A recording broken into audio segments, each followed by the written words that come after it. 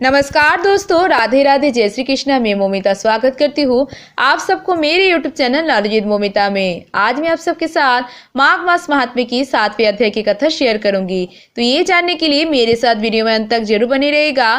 तो चलिए शुरू करते हैं। ओम नमो भगवते वासुदेवाय नमः। चित्रगुप्त ने उन दोनों के कर्म की आलोचना करके दूतों से कहा, बड़े भाई कुंडल को घोर नरक में डालो, जबकि दूसरे भाई विकुंडल को स्वर्ग में ले जाओ, जहां उत्तम भोग है।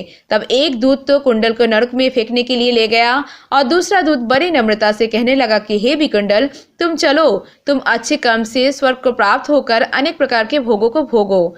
तब विकुंडल बड़े विस्मय के साथ मन में संशय धारण कर दूत से कहने लगा कि हे यमदूत, मेरे मन में बड़ा भारी शंका उत्पन्न हो गई है, अतः मैं तुमसे कुछ पूछता हूँ, कृपा कर मेरे प्रश्न का उत्तर दो। हम दोनों भाई एक ही कुल में उत्पन्न हुए, एक जैसे ही कर्म करते रहे।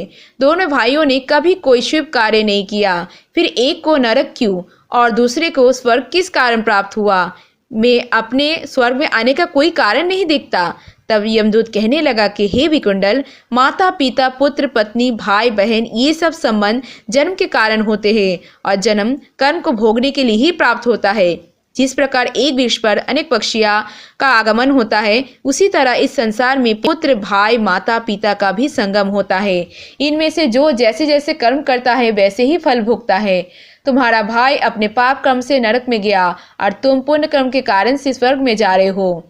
तब विकुंडल ने आश्चर्य से पूछा, मैंने तो आजन्म कोई धर्म का कार्य नहीं किया, सदैव पापों में ही लगा रहा। मैं अपने पुण्य के कर्म को नहीं जानता। यदि तुम मेरे पुण्य के कर्म को जानते हो तो कृपा कर बताइए।